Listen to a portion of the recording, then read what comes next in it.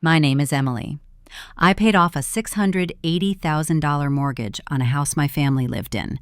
Then, my father calmly told me they were giving that house to my brother anyway. No yelling, no mistake, just a decision made without me. If your family ever decided your future for you, tell me your story in the comments. Richard didn't clear his throat or soften it. "We know you paid off the mortgage," he said, "all $680,000. But we've decided the house will go to Daniel." Dinner plates were still on the table. Someone's phone buzzed. Nothing else stopped. He spoke like he was reading a weather update. No pause for reaction, no question attached. Daniel stayed seated. His hands rested on his knees. He nodded once, slow, like this had been discussed already. "I'm planning to stay here long-term anyway," he added. "Makes sense." That was it. No explanation, no acknowledgement of how the loan had been paid or who had paid it. One question came out before there was time to filter it. Based on what? Richard leaned back. Based on family. Based on what's fair in the long run. Fair didn't get defined. It didn't need to be, apparently. Daniel shifted and glanced toward the hallway. "You travel a lot," he said. "You don't really need a house like this." The sentence landed and stayed. No one corrected it. Silence stretched just long enough for Richard to continue. "This doesn't have to turn into a thing," he said. "We're just telling you." Telling, not asking. A chair scraped back. A bag got picked up from the floor. "I've got to go," came out flat. No one stood, no one followed. Richard called after me, already sounding tired. "Don't make this bigger than it needs to be." At the door, Daniel spoke again, casual, almost friendly. "Hey, can I borrow your car? Just need to grab a few things." The timing was precise. The ask felt automatic, like the house. Keys stayed in my hand. "No" was enough. The door closed without force. Outside, the heat hit hard. The walk to the driveway took longer than it should have. The car unlocked. The engine turned. Hands rested on the wheel for a second too long. A phone rang. Work didn't wait. "Emily, we need a decision on the variance," a voice said. "Client's pushing." "I'm looking at it now," came back. The dashboard clock ticked forward. Traffic moved the way it always did. "I'll send the approval within the hour," was said. "No changes." The call ended. The screen went dark. Another message popped up right after.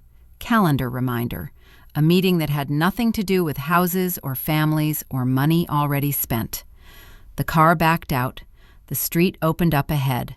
At the next light, a text from Daniel came through. "Let me know when you cool off." No reply went out. The office didn't slow down just because my phone kept lighting up. A report got finished. Another one went out. Meetings stayed where they were on the calendar. The first call came through before lunch. "Hey," my aunt said, "your dad mentioned things might be tense." "What things?" "Well, this house situation. You know how families are." That was the whole question. No interest in details. No curiosity about numbers or names. "It's probably better if you let it go," she added. "Everyone needs peace." The line disconnected before a response formed. Another call followed an hour later, then a message, then a voicemail that opened with concern and ended with advice. "Don't drag this out. You've always been independent. Your brother needs stability." The pattern stayed the same. No one asked what had been paid or why. Each conversation moved straight to resolution, skipping facts. By mid-afternoon, Daniel texted a photo. A couch, neutral color. Caption underneath. "Thinking of putting this in the living room." No question attached. A second message arrived minutes later. "Dad says the contractor can come next week." At work, a document froze on the screen while the notification stayed visible longer than it should have. The elevator ride down to the garage took longer than usual. Phones echoed there more than upstairs. Marcus leaned against his car, scrolling. He glanced up and raised a hand. "Rough day?" he asked. "Busy," came out. He nodded, then noticed the screen lighting up again. "Family?" Something like that. Keys clicked. The trunk opened and closed. A bag got tossed in. Marcus waited without filling the space. "They're giving my house to my brother," I said, "after I paid it off."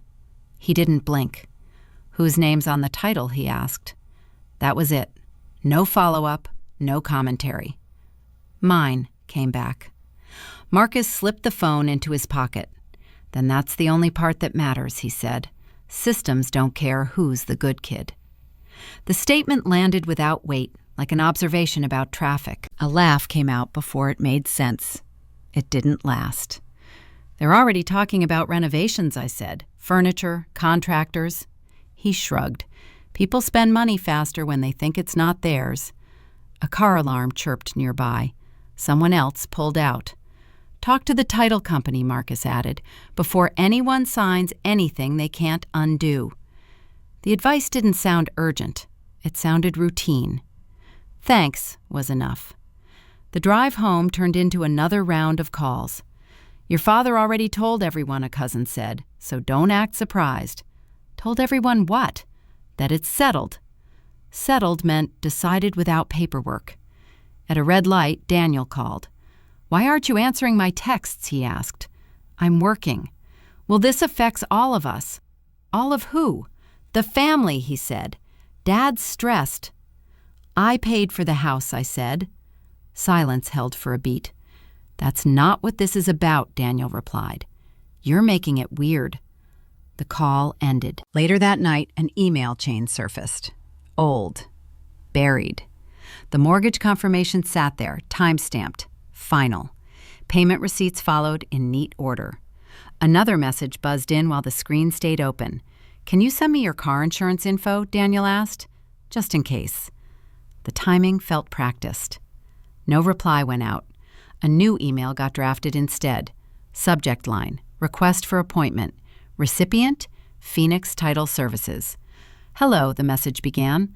"I'd like to review ownership records related to a property I financed." No explanation, no emotion, just logistics. The send button clicked. A confirmation pinged back almost immediately. Automated. Polite. "Thank you for contacting us. We'll be in touch." The phone stayed still after that, not because calls stopped, but because it got set aside. Morning came with more messages. "Dad says you're not returning calls. Please don't embarrass him. You're overthinking this." At the office, coffee cooled while another document got approved. A meeting ran long. Notes filled themselves.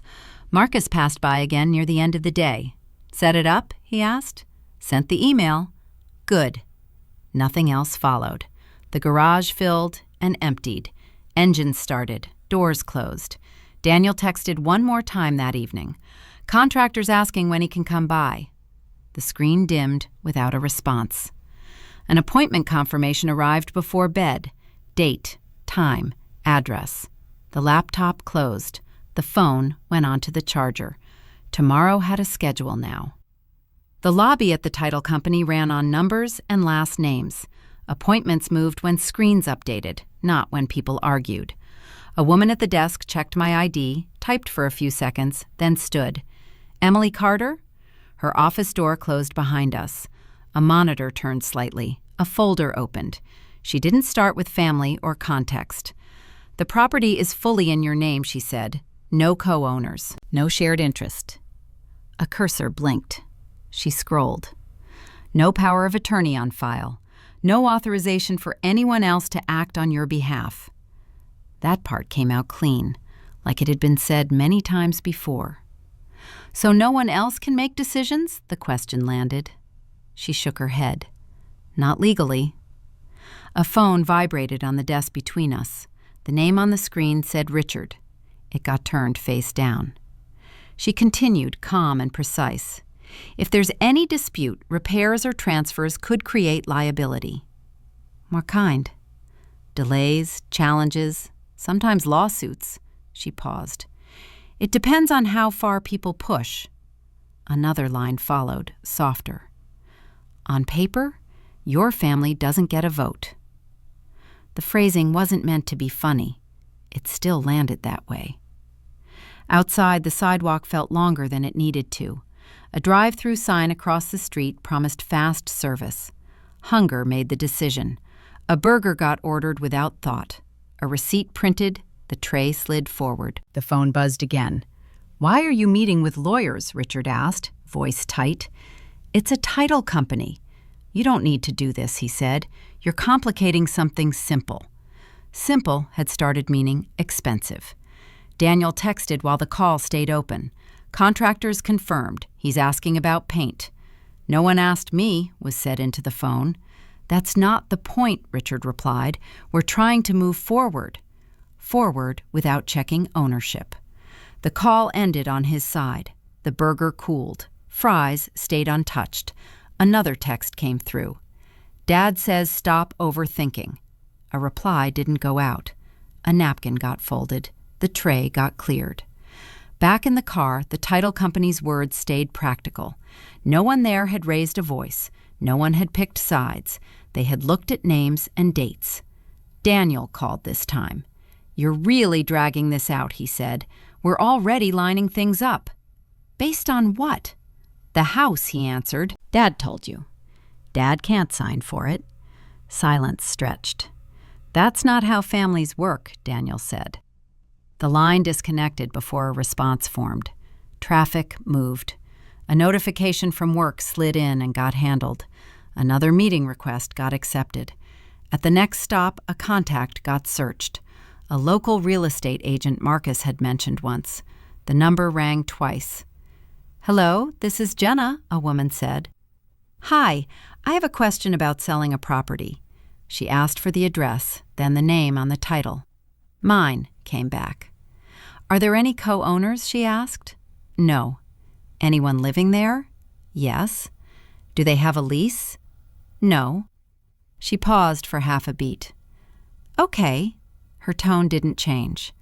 "I can walk you through options," she said. "Listing, timing, next steps." "No commitment yet," was added. "Of course," she replied. "I'll email you information." The call ended cleanly. Another message arrived before the screen went dark. Daniel again. "Contractor needs a deposit." No reply. Richard called minutes later. "You're making us look bad," he said. "People are asking questions." "Who?" "Family, neighbors." "That's not my problem." A breath came through the line. "You're acting like this is a transaction." "It is." Silence followed, then a sharper tone. "You don't need the money." That part didn't get answered. The phone stayed still after that. Not because messages stopped, but because it got placed out of reach. At home, old emails got pulled up. Mortgage statements, payment confirmations. Each one time-stamped and closed. A new email arrived while scrolling. Subject: listing options for your property. The preview showed bullet points, numbers, a timeline. The screen stayed open. No reply went out yet. Dinner plans changed. A calendar alert chimed for the next day. Daniel texted one last time before night settled. "Just tell me what you want." The truck was parked crooked, blocking half the driveway. Two men stood near the front window, tape measures out, talking in numbers. One of them glanced up when the car stopped. "Morning," he said. "You the owner?" "Yes," came out. Daniel stepped onto the porch like he'd been waiting for that question. "Dad already approved everything," he said. "We're just getting estimates." Approved wasn't a signature. It never had been. "Approved how?" the question landed. Daniel waved a hand toward the yard. "Verbally. It's fine." One of the workers cleared his throat. "We've got a deposit down," he said. "Just need to finish measuring." "From who?" was asked. He checked his clipboard. "Name says Carter." Daniel smiled. "See?" A phone buzzed before anything else could be said. Richard's name filled the screen. "What's going on?" he asked. His voice came in rushed. "Why are you there?" "There are contractors at the house," was said. "They took a deposit." A pause followed. Breathing came through the line, uneven. "I didn't think you'd show up like this," Richard said. "You're putting us in a spot." "Whose money is the deposit?" the question landed again. "That's not the point," he replied. "You're making things harder." Behind the call, a worker asked Daniel where to mark the wall. "Just do what you need," Daniel said. "We'll figure it out." "We?" slipped out. Richard's voice broke. "I'm doing my best," he said. I'm trying to hold this together. Tears followed, loud enough to hear through the phone. You're forcing us into a corner, he added. If this falls apart, that's on you. The call ended without waiting. The workers kept measuring. Numbers kept getting written down. Can you pause? Was asked. The man with the clipboard shook his head. We've already started. If there's a dispute, talk to whoever paid.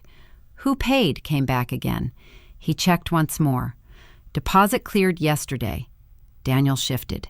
It's handled, he said. You don't need to micromanage. A laugh came out without planning. It didn't last. Stop, was said. Pack up. The worker hesitated. That's not how this works. It wasn't how families worked either, apparently. The phone rang again. A cousin this time. Why are you causing drama? She asked. Dad's upset. There are contractors at the house, was said. They took money. Well, what did you expect? She replied. You can't just disappear. The line went dead. Back in the car, the steering wheel stayed untouched for a second longer than needed. Then the engine started. Jenna's office answered on the second ring. Can you come in now? Was asked. We can make space, she said. The drive took less time than expected. Her office smelled like paperwork and coffee that had been reheated too many times. She glanced at the address, then looked up. They've started renovations? She asked. Yes, without permission. She nodded. That happens. The sentence landed flat. They put down a deposit, was added. Also common, she said. People assume ownership before paperwork. A pen tapped against the desk. It's strange how confident non-owners can be. The comment wasn't meant to be sharp. It still was. What are my options? Came out. She slid a form forward. If you want control back, you list. Or you send a cease notice. Listing is faster. And the people living there? No lease, she said. No standing. Another call came through mid-sentence. Richard again. Are you really doing this? He asked. After everything? After the deposit, was said. You're punishing us, he replied. This isn't about the house anymore. It never was, came back.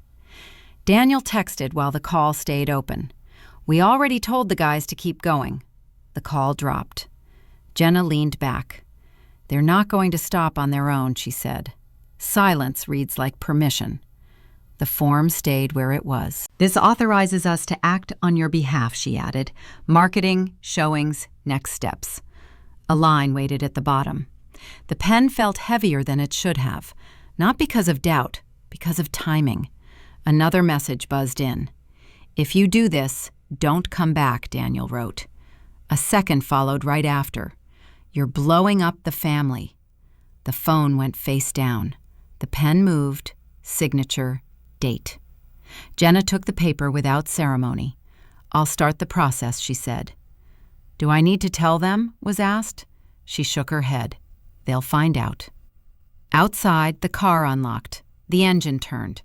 A notification came through before pulling away. Contractor wants confirmation, Daniel wrote. No reply went out. Jenna's office stayed busy even when no one raised their voice. Phones rang, printers hummed. A couple sat across the room arguing quietly about closing dates. Paper moved faster than people did. She tapped a folder against the desk. We've got interest, she said. Not an offer yet, but it's real. A phone buzzed before a response came out. Richard again. The call went to speaker without thinking. Emily, he said softer now. We need to talk. I'm in a meeting. I know, just listen for a second. Jenna glanced up, then back to the screen. Don't rush this, Richard continued. Give us time. We can fix it. Fix what? The tension, he said. Your brother's stressed. I'm stressed. No mention of the deposit.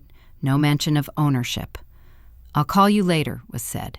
Please don't, he replied. Just don't do anything yet. The call ended. Jenna slid the folder closer. They'll want you to wait, she said. They always do. The drive to the next appointment filled with missed calls, some from family, one from Daniel. He didn't wait for a hello. You really think you're going to sell the house? He asked. You won't. Why not? Because you never do this stuff, he said. You pay, you step back. That's how it's always been. Traffic slowed. A light turned red. I'm standing in front of it right now, he added. It's our home. Our? Slipped out. You know what I mean, he said. You're not like this. The call ended before another word came through. The cafe was louder than expected. Orders got called out. Cups slid across the counter. A table opened near the window.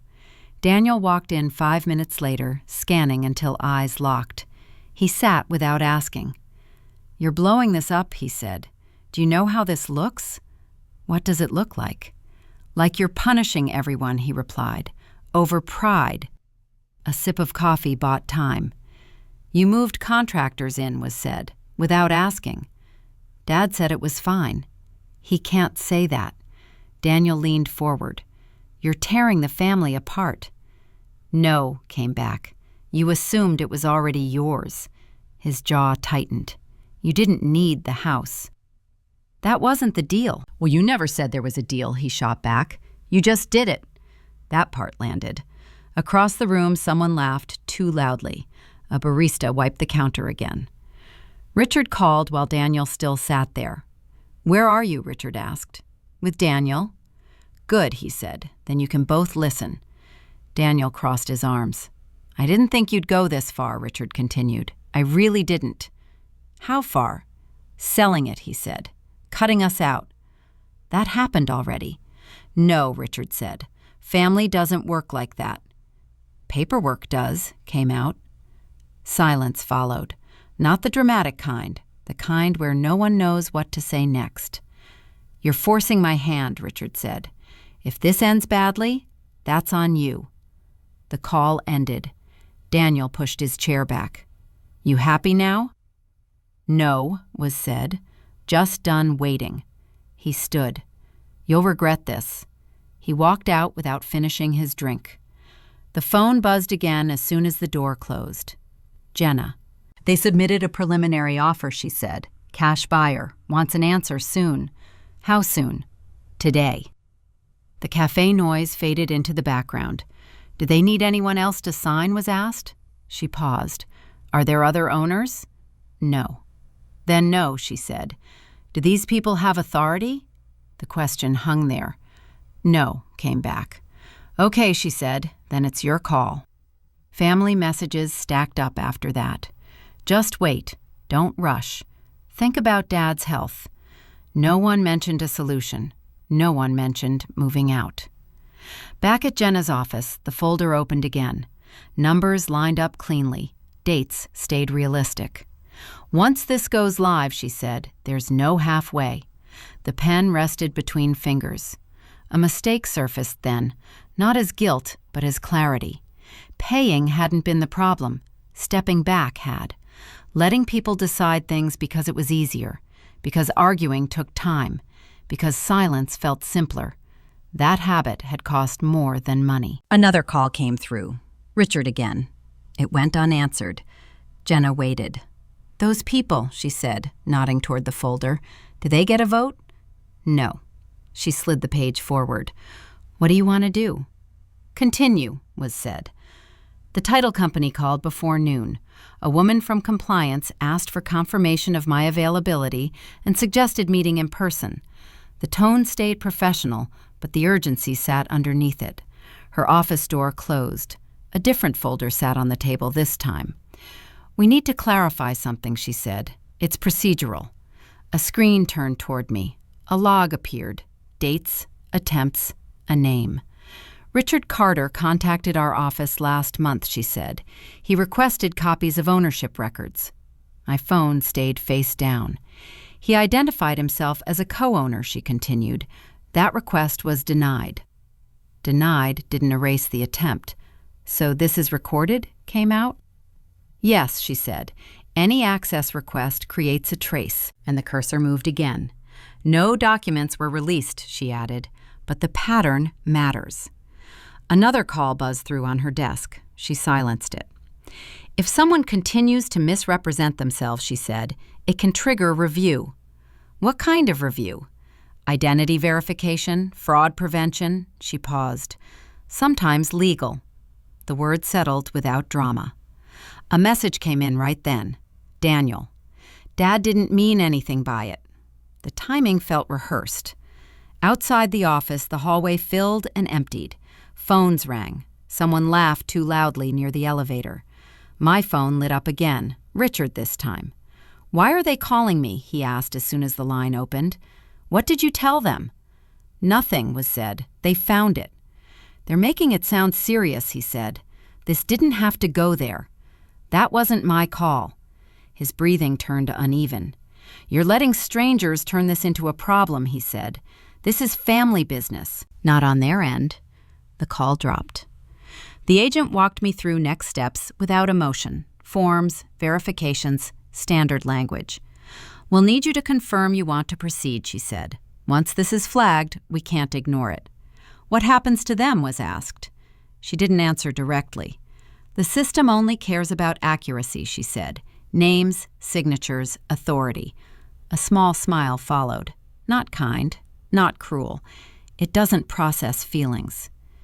In the parking lot, another call came through. Daniel again. "You really pushed Dad into this," he said. "They're asking him questions." "He pushed himself," came back. "That's not fair," Daniel replied. "He was just trying to protect us." "By pretending to own something?" Silence held for a moment. "I didn't know he did that," Daniel said. "This isn't on me." The blame shifted quickly. "You told the contractors to start," was said. "That was Dad," he replied. "I just followed what he said." The pattern showed itself without effort. Jenna called next. "This just got more delicate," she said. "If they keep interfering, it can complicate closing." "What do you recommend?" "Stick to process," she said. "No side conversations." Another call buzzed in. Richard again. It went unanswered. Back at the title company, a signature waited on the screen. "Confirming means we continue," the agent said. "It also means we document everything." "What happens if I don't?" "Then unresolved activity stays unresolved," she replied. "That can create other issues later." A pen rested between fingers. The choice didn't feel like power. It felt like responsibility catching up. The signature went through. Outside, the phone buzzed nonstop. Voicemails stacked. Messages layered over each other. "You're blowing this out of proportion. This is going to ruin us. Call me back." One message from Daniel stood out. "I didn't sign anything. Don't drag me into this." The screen locked. At the car, the title company sent a confirmation email. "Your request has been recorded." No warmth, no warning. Richard called again while pulling onto the road. "Please," he said when the line opened, "we can stop this." "Stop what?" "The scrutiny," he replied. "They don't need to know everything." "They already do." His voice dropped. "You're choosing paperwork over people." "Paperwork doesn't lie." A long exhale came through the phone. "I was trying to help," he said. "You know that." "By lying about ownership?" He didn't answer. Daniel texted right after. "I told them I had nothing to do with it." That settled something. Jenna sent another message. "They've noted the interference," she wrote, "but the deal's still moving." The relief didn't arrive. Neither did fear. Just clarity. The family had lost control. That part was obvious. What replaced it wasn't safety, it was exposure. At a stoplight, the title agent's earlier line replayed. Names, signatures, authority. The light changed. A document notification popped up. "Please review and confirm." The confirmation went through without ceremony. No one cheered. No one apologized. Traffic carried on. Phones kept buzzing. The process didn't slow down to check how anyone felt about it. The attorney's office ran on schedules, not apologies. A receptionist took names, slid a clipboard across, then disappeared. A conference room door opened. My lawyer, calm, precise, gestured toward a chair and placed a thin stack of papers on the table.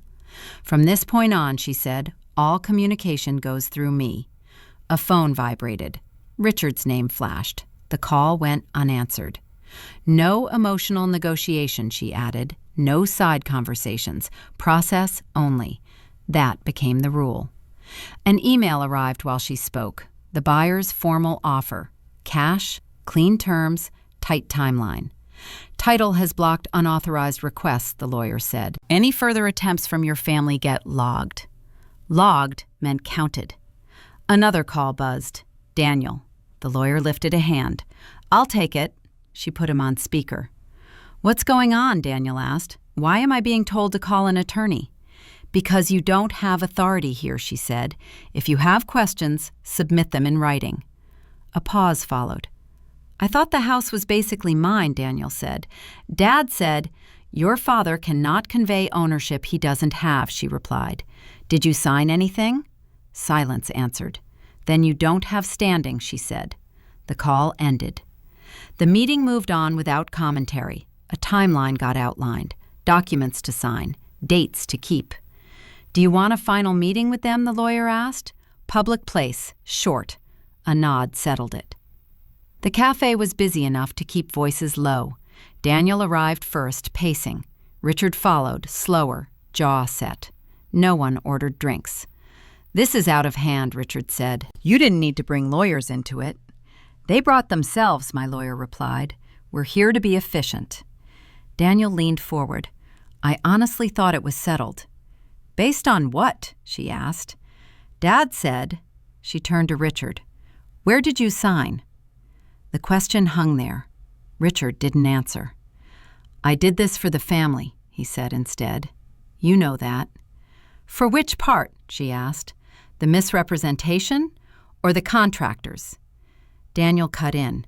I didn't ask him to do that. Yet you acted like the house was yours, she said. Why? Daniel looked down. Because that's how it's always been. No one argued with that. The lawyer slid a single page forward. Here's what happens next. The sale proceeds. Vacate dates will be issued. Any contact outside this office stops.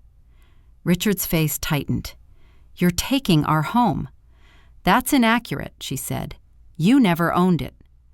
The words landed without heat. You don't need to be cold, Richard snapped. I need to be accurate, she replied. Daniel exhaled. So that's it? Yes, she said. Outside, the air moved like it always did. Traffic passed. People queued for coffee. The phone rang. Jenna. They're finalizing, she said. Inspection waived. We're close. How close? Days. The call ended. Richard spoke once more, quieter. I didn't think you'd go this far. I didn't think you'd pretend, came back. No argument followed. Back at the attorney's office, signatures moved from page to page. Dates got circled, instructions repeated. From here, the lawyer said, there's no debate, there's compliance. A notification pinged while she spoke. Title update. Another block confirmed. Daniel texted as the meeting wrapped. I never meant to hurt you. The message stayed unread. Jenna called again. Final docs are routing, she said. We're setting closing. The word carried weight without needing emphasis. The lawyer stood. We're done for today. In the hallway, Richard lingered. I did what I thought was right. That doesn't change what you did, was said. He nodded once, as if filing it away. Outside, the car unlocked. The engine started. Another message arrived from Jenna with a subject line that didn't ask permission. Closing scheduled. The closing took less time than expected. Names got verified. Screens slid across the table. A pen changed hands more than once. The buyer nodded through the disclosures like he'd done this before. The escrow officer read lines that had been read thousands of times already. Sign here. Paper moved. Ink dried. A final page printed. Congratulations, the officer said, then corrected herself. We're done. No one celebrated. No one lingered. Outside, a message came through from Jenna. Funds released. Recording confirmed. That was it. By the end of the week, Richard and Daniel were out of the house. Not dramatically, not with police or neighbors watching. Boxes appeared. A truck came. The driveway cleared. No lawsuit followed. No letter from an attorney, no last-minute injunction. Silence did the work. A call came late that night. Richard's name showed up after days of nothing. "Are you busy?" he asked. "No." The line stayed open. "Are you still my daughter?" he said. No apology attached, no explanation. "Yes," came back. A pause stretched. "But I'm not the system anymore," was added. He breathed in once, slow. "I did what I thought was right," he said. "I know." That was all. The call ended without a goodbye.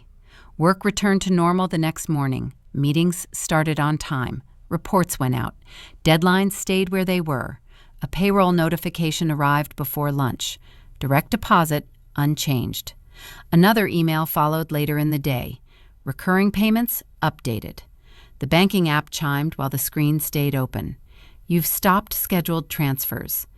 The wording sounded polite, almost congratulatory. No one from the family reached out after that. No check-ins, no requests, no forwarded listings.